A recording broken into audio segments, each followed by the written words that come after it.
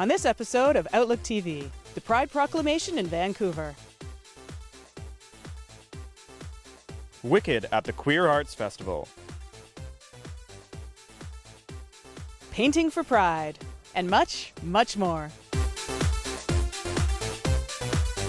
Hello and welcome to Outlook TV. I'm Rebecca Wyman. And I'm Robert Mackay. And Kalamazoo, what a day! It's beautiful out and you're watching the Queer Magazine news show that brings you the stories that matter the most from coast to coast. And we're going to kick it off in Vancouver with the Pride Proclamation. That's right. We have Pride running all the way through up to our government levels, and the mayor was on spot giving the proclamation for Pride.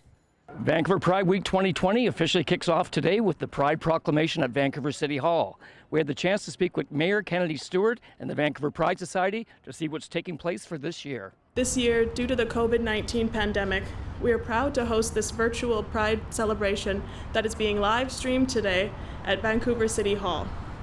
With me today to share their greetings are Mayor Kennedy Stewart, Chief Wayne Sparrow of the Musqueam Indian Band, Chief Leah George of the Tsleil-Waututh Nation, Councillor Oreen Askew of the Squamish Nation, Michelle Fortin, co-chair of the Vancouver Pride Society, and Catherine Jenkins, co-chair of the Vancouver Pride Society.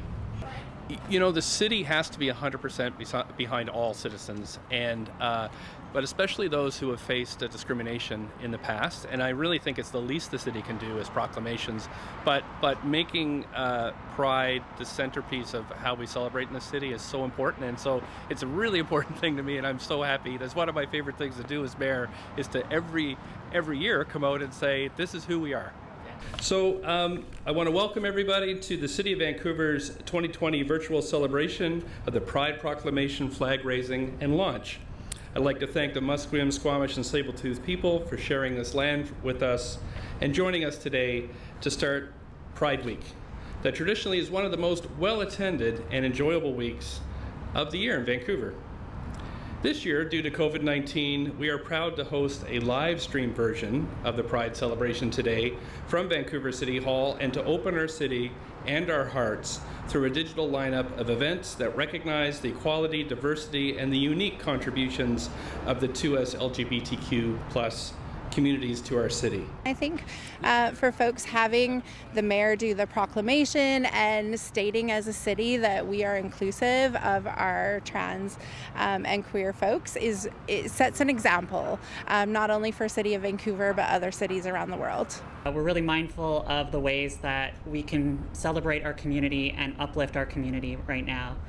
And so I think we've come up with some really interesting and great events this week that will do that, but definitely we're mindful of the role that we play and other organizations play in uplifting folks in our communities. So we obviously have had to move to a digital platform, which is something that, steep learning curve for us, but we've got a selection of events this year and things that we have maybe not done before during Pride, so I'm hoping that everyone will find something that is meaningful to them. So we've got everything from our virtual Pride Parade on Sunday, August 2nd, to a partnership with the Vancouver Symphony Orchestra on Friday night for Symphonic Pride.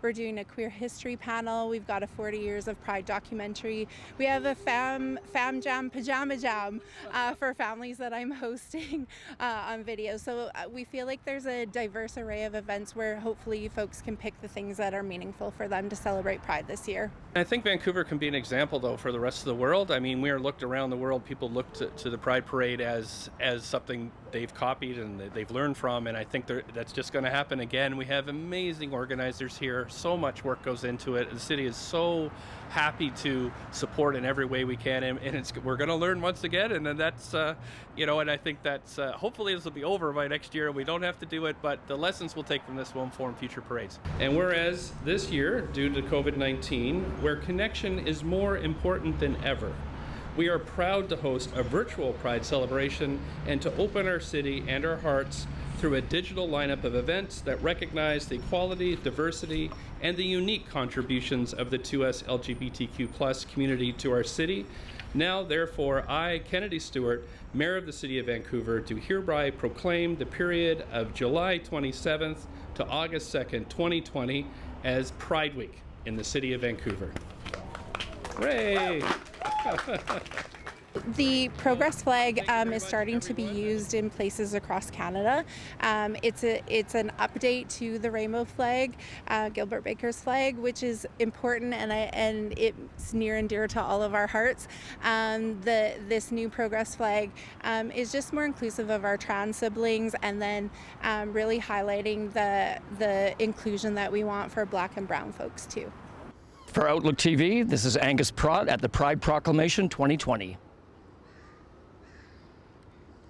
With all the having to stay at home these days, who isn't looking for something else to do? How about coloring? Ooh, coloring. Idle hands are of the devil, so we queers need to find a new thing to do. And Peach just released a coloring book that is a top Amazon seller. Go figure! Well, as you may know, there's been a lot of things happening in the world, and one thing that keeps me zen is to color. And what's better than a drag queen coloring book? That's right. Peach and Isham Draws have teamed up to come up with this amazing drag queen coloring book that features over 25 Montreal drag artists, and it has reached #1 on Amazon's top art books. Let's check it out. I'm a really, really big fan of the Spice Girl, and I decided that I'll be able to find a coloring book about the Spice Girl. Then no one never thought about that. So I was like, oh, should I make my own coloring book about them? And I was like, oh, the best thing that could happen is make a coloring book about the drag in Montreal. Well, not just Montreal, it's about Quebec. It's about promoting the drag in Quebec. So can you tell me more about Isham and who he is for our viewers? Yeah, he's amazing, and he can draw a lot of things. He do pretty much everyone's merch here in Quebec. We decided to do it together, like as a team. So we launched it together. I took care of the queen. He took care of the drawing. We did a lot of searching because we didn't want to be posting book every day. And so we went onto Amazon, and they take care of printing the book and sending the book to everyone who order it. So that was the easiest way. And I just posted it on Facebook.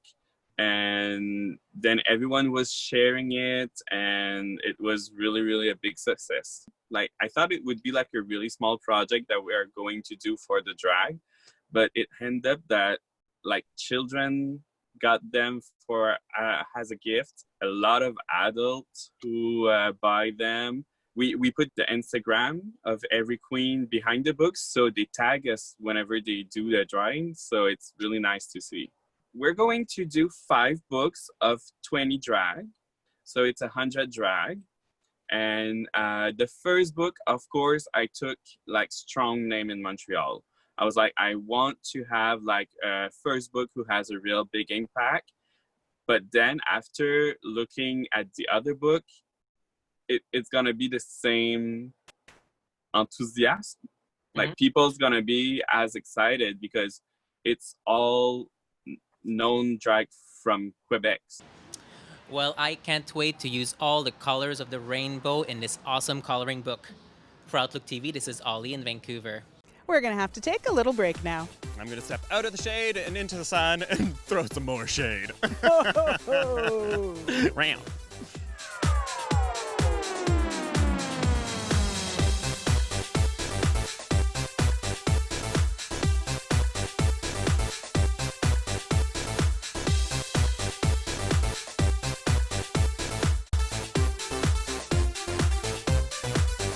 Welcome back. You're watching Outlook TV.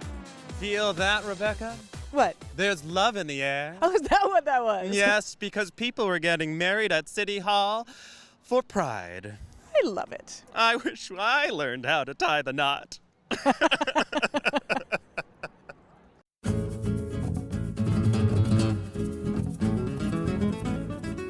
complement the 2020 Vancouver Pride Proclamation, a series of micro-weddings are also being hosted at Vancouver City Hall today. Let's find out what it's all about. For sure, the City of Vancouver has been doing micro-weddings throughout the summer, and they offered for us to have a Pride wedding day. So we're here at the plaza. I'm all dressed up for it, sparkles galore. And we have couples coming to have a socially distanced wedding with 10 people. So we're here celebrating queer love all day long today. For Outlook TV, this is Angus Pratt at Vancouver City Hall.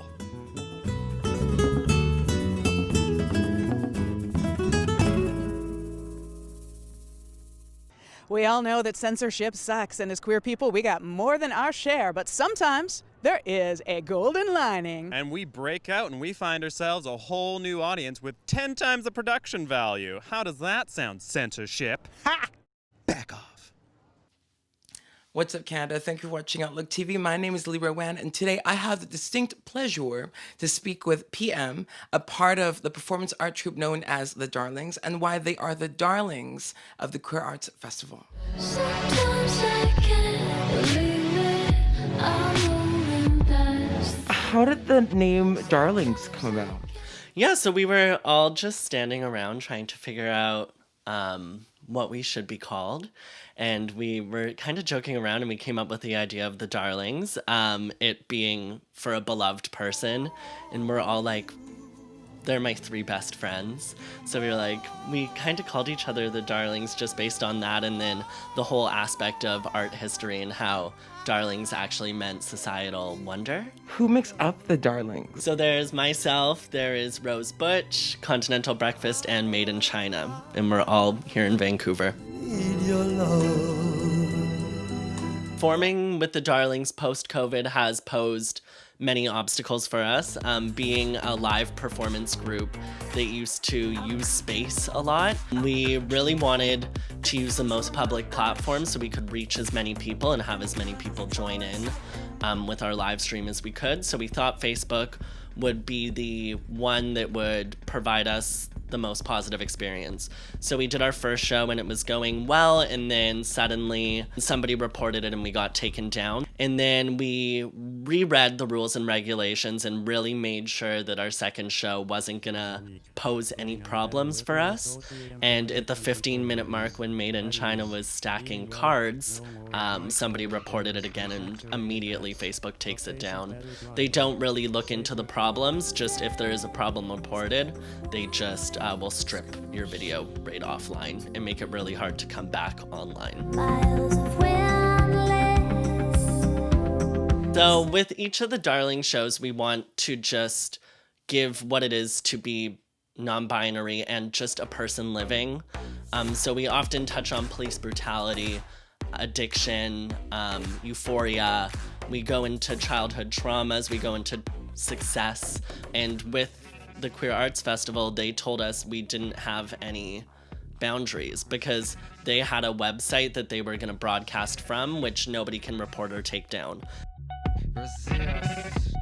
We find it very necessary to shove being non-binary down people's throats because mainstream drag it's great and it has a place, but so does non-binary and trans-oriented drag. As soon as you put something up there for an audience that can say no to it, they will say no, and then immediately it'll be taken down. So I just kind of want to tell all the artists to just hold the torch and run forward and just keep doing it, because eventually things may change, but art needs to be seen. And from PM's Palace in Vancouver, BC, my name is Libra Wan for Outlook TV. When COVID and social distancing try to take your art away, you just have to get more creative. You come back stronger. Queer artists pulled out their finger paints and their brushes and they got nice and dirty because paint was put on for pride. We're at the Paint Pride evening at the Pacific Arts Market, and we're going to look at some of the art and meet some of the artists and enjoy ourselves totally. Come and look around. We are having this event called Paint, a Pride evening. And Paint is basically inspired by my new collection that's behind me that is called Paint. When things started reopening, I was looking at spaces where I could show my art, and then here at the Pacific Arts Market, they were so kind inviting me in, and I figured it was around the same time as Pride, so I thought, like, why not do like a small gathering, safe, social distanced party and then raise money for the DMS. I was at Coronation where I was given my title on March 14th, I believe it was, and the day after is when we went into quarantine. So it's been very, very different for me. So this is actually the very first fundraiser in real life that we've actually been able to be a part of. So it's exciting for me. I'm happy to be here. I'm happy to be around people. My art starts here. So you're reading it from left to the right, and it starts basically with these pieces that I've done that are kind of like reminds me of like a tree, and that's why behind there's like There's wood panels, and this is really to show like the scales of yourself, and a bit of a connotation as well with the tree of life. And as you move towards the other side of the display, it's more about the emotions of what you feel inside. So this is Pacific Arts Market. I opened about a year and a half ago, and I rent space to local artists on a 4-week renewable basis. The artists set up their own display. They're responsible for their own pricing and how they want to lay out their artwork, and they also keep all the money from their sales. So this is giving them an opportunity to have their own retail space in a great location in Vancouver. Several artists from the LGBT community in here, and currently have a few.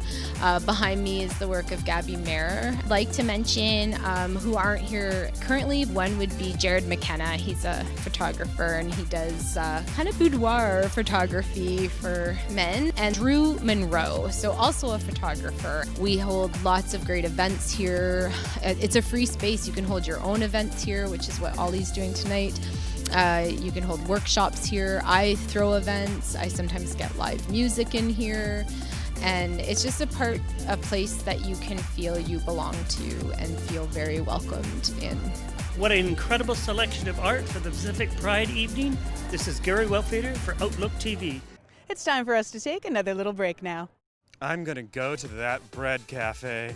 Is that all you can think about? Bread? Oh, it's COVID. Nobody cares how I look. I'm getting carbs, Rebecca.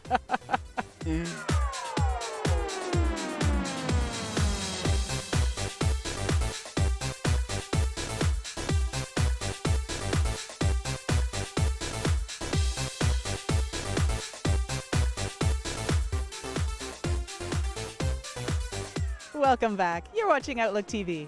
You know, as a young, budding gay, there's nothing I loved more than strong female figures who were evil and on top of their game. You know what we called them? Wicked. Young, budding, that's what you are? You think? Really? Not anymore. But they sure put on a wicked show for the Queer Arts Festival. Let's check it out.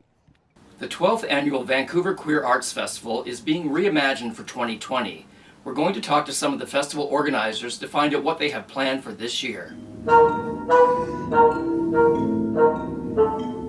Queer Arts Festival happens annually, and it runs for approximately 2 weeks. It is a celebration of art from across Turtle Island of queer artists. And that is anyone who identifies as queer or as any part of the LGBTQ2SA+ community.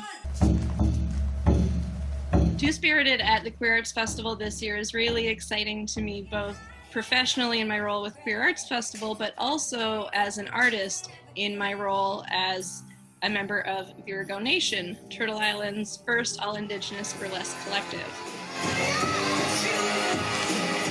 We're presenting an incredible array of artists working across media and working across Canada and the US. We have visual artists here in Vancouver, from Toronto, Montreal, Victoria, Oakland, New York, and Miami, who are presenting work this year in our first ever digital exhibition. For me, as the guest curator, I was looking at wicked identities. How do queer people inhabit queerness today? How do queer people inhabit queerness in a 21st century pandemic? How do we form community? And Wicked is about the politics of the body. It's about the politics of space, and it's about the politics of the communities we live in. Of the individual and are not a marker for human value. Electra KB is this incredible social practice artist, and Electra is going to be debuting a brand new digital work, Avram Finkelstein. So we're so fortunate to be showing Avram's personal work, and Avram was also invited to convene a Flash collective, and we brought together 9 local artists. Taj was involved with the Flash collective. Talia Jamal is a local artist, animator, and drawer, and does these just like beautiful pattern works. And Tom Su is a incredible photographer who just has this ability to capture these incredible, beautiful moments. Consumer, you're buying and spending and gentrifying and settling, and destroying. For Outlook TV, this is Angus Pratt in Vancouver. Let's head over to Montreal now, where we'll have the French portion, and I'm going to let Ollie take that. Ooh la la. Sounds like the single Mieux que toi was released. Let's see what dropped out in Montreal. Oh, well, those Canadian drag queens, they are so talented and filled with surprises. And talking about a big surprise, Matante Alex just released her latest single, Mieux que toi. We're going to talk to Matante Alex on Skype right now to see how she came up with the release of that song. Matante is something that, to me, it's really like in the Quebec culture. Like whenever you bring up Matante to someone here, like there's a visual already in mind. Like it's middle-aged lady that's like quirky, cheesy, and she loves all kitschy stuff, but she's also like something that's really like ingrained in our culture, and it's funnier in French, like trust me.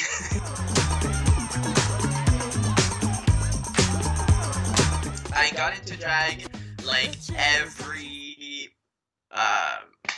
every new drag queen from this generation, probably watching Drag Race. That's when I started like expressing myself better with clothes and stuff like that. And then I moved to Montreal, started taking pictures of the queens here, and then little by little made connections, and I just figured it was time for me to start doing it.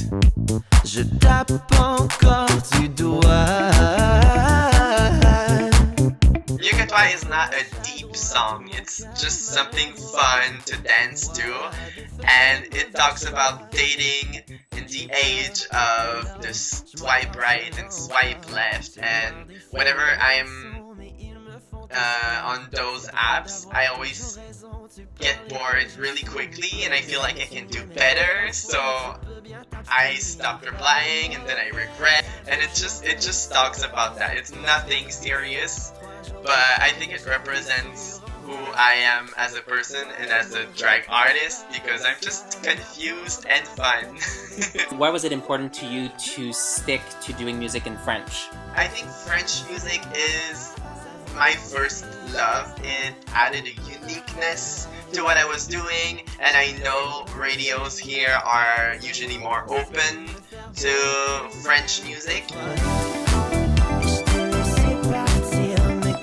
So what can we expect from you in the weeks or months to come? Definitely some new music, some new music videos coming. Next single is going to be an English song, and then I have a couple collabs with people coming. It's very exciting. Ces vidéos-là, si vous voulez me suivre sur Instagram et que c'est pas déjà fait, c'est matante.alex. Si vous voyez l'arc-en-ciel, vous êtes au bon endroit. Well, my dear, there's nothing better than Matante Alex's latest single. For Outlook TV, this is Ollie in Vancouver. That's all the time we have for this episode of Outlook TV, but we'll be back very soon. Darn it. Well, you know what you can do in the meantime? You can connect with us online, like everything that's happening in this world right now. Email, Facebook, Instagram, carrier pigeon, we do it all. Shoot us an email, volunteer with us. We need people across Canada. And what else are you doing right now? It's a pandemic. I'm doing nothing but this.